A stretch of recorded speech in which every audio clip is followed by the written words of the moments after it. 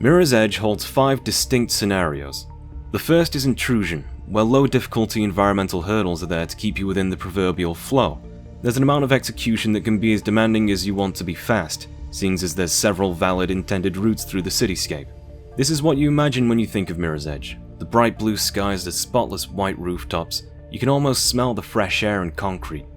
Faith actually doesn't convey a terrific sense of speed. The sound of air whizzing past your ears comes through great, but the camera doesn't show scenery slipping by to emphasize the distance being covered. The unchangeable field of view is very tight and focused, likely to do with the full-body 3D model that Faith has. At speed, a radial blur is used to mediate this, but it frankly doesn't work. The problem is a narrow vision cone. The solution wouldn't have been to narrow it further through a vignette. What she does convey is a really strangely appropriate sense of weight. She waddles, and as the camera turns, the viewport rolls toward your new direction. Faith has an unprecedented sense of presence in the world against each surface she touches and how she touches it. Her sporty footsteps resonate with thudding claps, and you can even watch them below you. Instead of a flowing smoothness, her body language emits a sense of human limitation and skilled deliberacy. It makes the performed acrobatics feel like an even bigger achievement than they probably are. The game even shows false damage readings when she grabs onto ledges and pipes while falling, which is excellent trickery. This attempt at so solidly grounding a first-person perspective is extremely rare though. Even among its contemporaries of Call of Duty and Battlefield by the same developer, Faith feels comparatively stocky. Yet the lithe Asian girl who free runs for a living ironically controls more heavily than Gordon Freeman, some scientist asshole who's on both wrong ends of a gun. What she does convey with that weight is a great feeling of building and maintaining momentum. She hyperventilates and releases ugly, strained grunts with most acrobatic actions to sell the effort it takes to be Spider-Man without the spider, or the man. This speed she collects has a jump, wall run, and vault further to within certain upper and lower limits for yours and the developer's sakes. On the contrary, certain actions like climbing, clambering, and tall landings will stunt or halt almost all momentum. Turning around realistically doesn't directly convert your momentum to your new vector. The second are puzzle rooms. These shout out to searching for the exit, then discovering the intended path there, usually through non-momentum based challenges. Or, more often, you find the only intended path and follow it until it leads you to an exit. These aren't really puzzles so much as they're tests. These tests change the pace to not exhaust the player. You can collect your thoughts rather than making split-second decisions to maintain speed, therefore making those running sections feel more exciting by having something mundane to compare. They also probably hide loading triggers. On that topic, after a few interactions, the elevators start getting played for subtle humor, as the reliance on them to segment the map loads interrupts otherwise tense sequences. Third are everybody's favorite combat sequences. Heavily not in Faith's favor through the same grounded design we mentioned before, it takes a note from horror genres in that idea, underpowering the player by overcomplicating actions you'd otherwise take for granted, like closing ground and attacking the enemy. As such, you're not capable of fighting back in any sense of efficiency, and it's intended that you take some hits in order to shit you up. The enemies are unintelligent and more or less just stand around firing hit-scan weapons at you, occasionally bothering to use different vantage, occasionally intentionally walking into a position advantageous to the player. Faith's design around momentum ties into the combat mechanics not altogether poorly. For better and worse, it takes a while for her to get up to a speed where enemies lose accuracy. Her movement options can leave her fallen over, and her recovery animations will definitely get you killed if you're in even one clear enemy sightline. Taking enemies out is a risk. You halt all movement, and even using advanced techniques like wall run kicks, the disarmament is designed in such a way it's not entirely reactable. To work it out, you'll typically run up to an enemy, stand still, and fish it out, because dependent on the gun and the enemy type, the reversal window is variably timed. Or you take a couple of elbows to the face and fucking die. As you can see, not exactly the dream of freerunning, not exactly the flow. Holding a gun Faith can't pocket will disable your parkour abilities relative to its weight, and in some cases Faith won't even be able to clear a curb. The game switches genres briefly again to give some sense of pacing, but this time by disabling the player and the level design. If you enjoy feeling like an underdog, there's your challenge. This is some of the least floaty feeling first-person combat you might feel anyway. Fighting feels good aesthetically, hits connect, but it doesn't particularly play well. You have a 3-hit combo, and enemies can recoil in pain out of further hits in the sequence, meaning you stood out in the open more, vulnerable yourself. They play with the sense of empowerment guns give you early on by treating them interchangeably like power-ups as you turn the tables, or like pellet guns as you fail to turn the tables, and begin rethinking your chances. Later on, this consideration disappears and you just get lumped into flat shooter courses. And finally... Hey, drop the bag and put your hands where you see them, or I will... Just get the hell out of there. Chase sequences make up the real thrill and driving force of the gameplay. The story lands somewhat limp, so instead of heading toward the next narrative segment, you better believe it's more encouraging when someone's biting your ass. Being chased is among the cornerstones of scenario-driven gameplay designs for that reason. It's instinctual that when chased, you run. You don't need a narrative context for it to drive you. Tag, you're it. The playground is full of games where you chase one another. Then professionally, hockey, basketball, divegrass, whoever possesses the key object is it, and they shall be chased before they reach the goal object. Capture the flag is basically football. But in Mirror's Edge they had to overcome a design hurdle. The context is often announced, enemies appear and you get told, run, and you bugger off as hard as you can.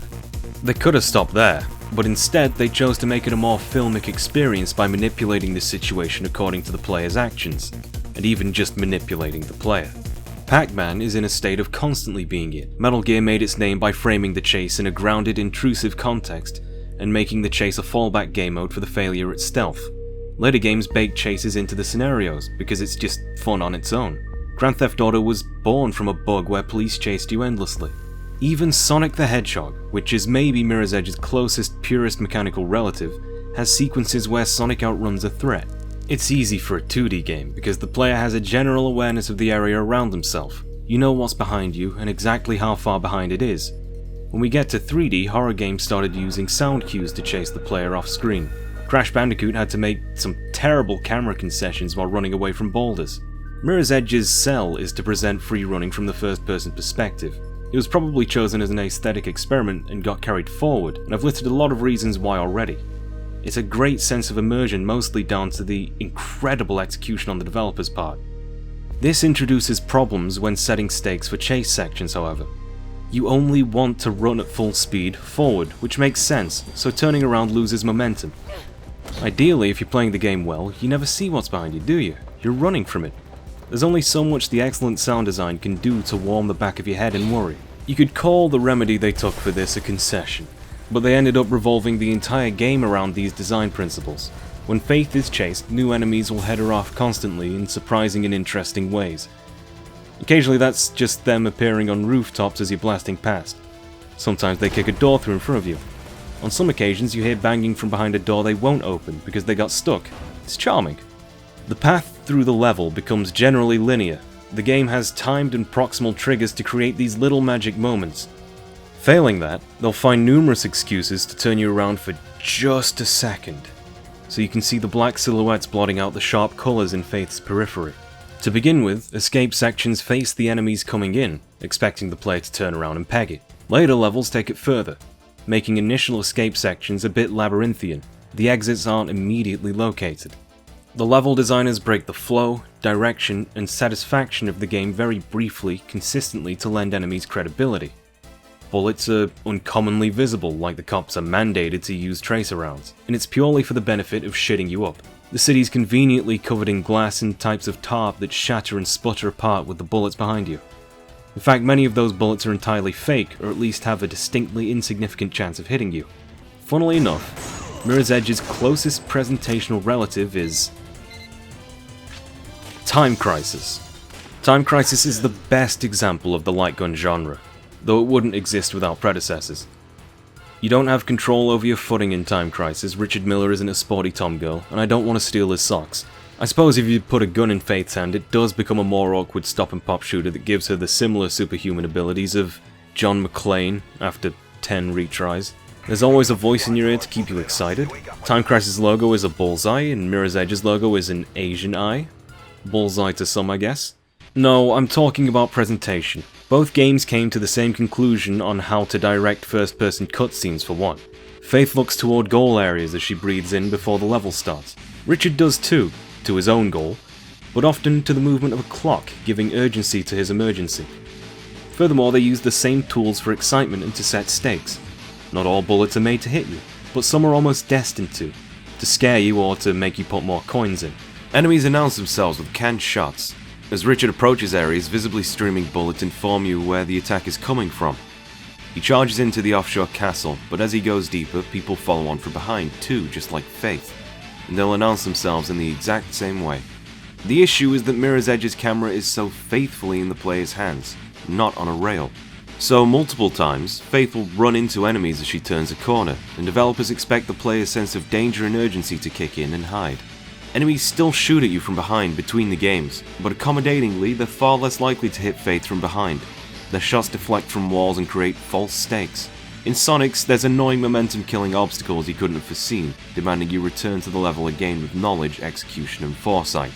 Mirror's Edge keeps these over for the same reasons, but rather than just an annoyance, they'll often explicitly guide the player's camera behind themselves with a fire escape or a sudden change of direction like a wall-run turn jump, or a corner that tempts you to look back as you've lost your speed anyway.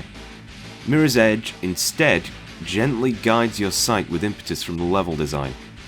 I don't know if each game came to the same conclusion on their own, but at the very least, both are very influenced by great action movies or terrible nightmares.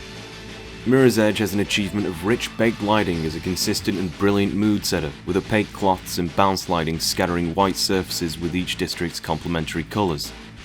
Time Crisis itself achieves this in areas that feel geometrically and logistically very real. Retrofit as target galleries, with enemies driving cars and very diegetic obstacles you need to duck out of the way of. Time Crisis 2 has its own chase scenes which are, bizarrely, similarly programmed to Mirror's Edge, in that they aren't really chases. They're just something for you to run at. They'll wait around, or if you get ahead of them, rubber band past you. Granted, again, Time Crisis, you can't really break those scenarios like this, but I found the similarity amusing enough. Where Richard Miller goes through the path of most resistance, Faith obviously tries to avoid resistance. She climbs rooftops and wanders through sewers. Another way Mirror's Edge will draw the player's eye, other than runner's vision, is moving scenery like flags or rodents. Pigeons flutter into the sky and you can watch them quite literally disappear. It's a sign of a rushed development, but before you know it, you've been fished into framing the scenery perfectly, and likely your target. Rats scurry away past the lower fringe of your camera, drawing you to look at clues or objectives or extras. These rodents have been forced from the streets, at least where the public is allowed, and reside in the blind spots of society. Sewers, storm drains, sluices, renovations, rooftops, rafters, and railways. When the player approaches, they run. Humans are the ones that have sidelined these otherwise innocent creatures for being unsightly or unbecoming for the society. Of course they'd run. But Faith runs into them so often because she can only exist in the same places. She's been sidelined by the growing artifice of the city that sees her as a nuisance. She is the unwanted rodent that runs through the nooks and crannies of the Foundation, away from her natural predator. She's largely unwelcome in every stage. Do not enter signs are your guiding lights. Construction debris and painting refuse is your apparatus. Her unqualified manipulation of utilities eventually ascends to the point of causing horrifying explosions. She's the rat gnawing at your house's wiring. Even the delivery bags are cheese yellow.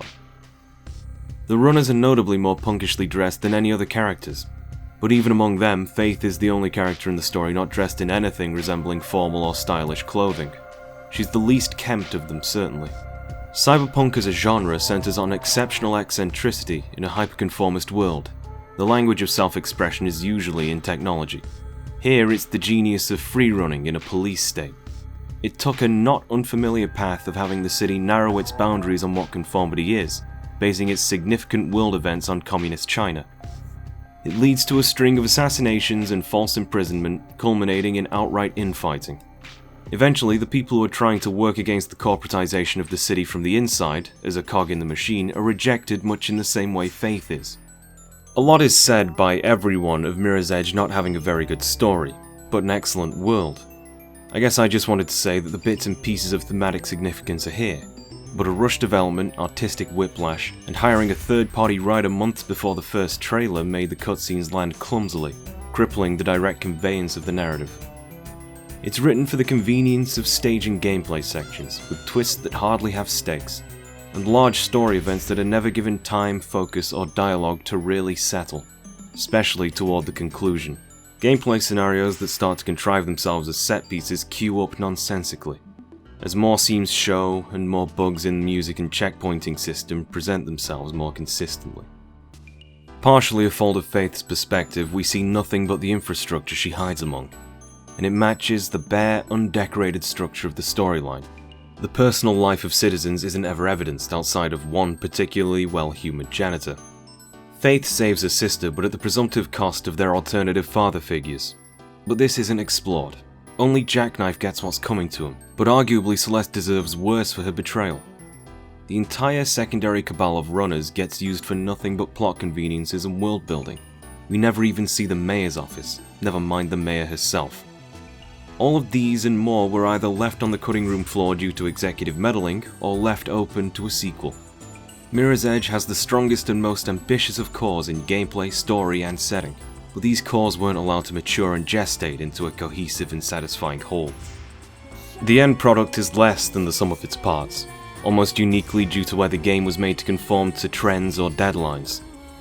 Every time I hear the piano smashes of those end credits, I'm grateful and happy for such a beautiful piece of experimental art existing, and simultaneously upset at whatever it was in the corporate culture of the games industry that did to stifle this game's character.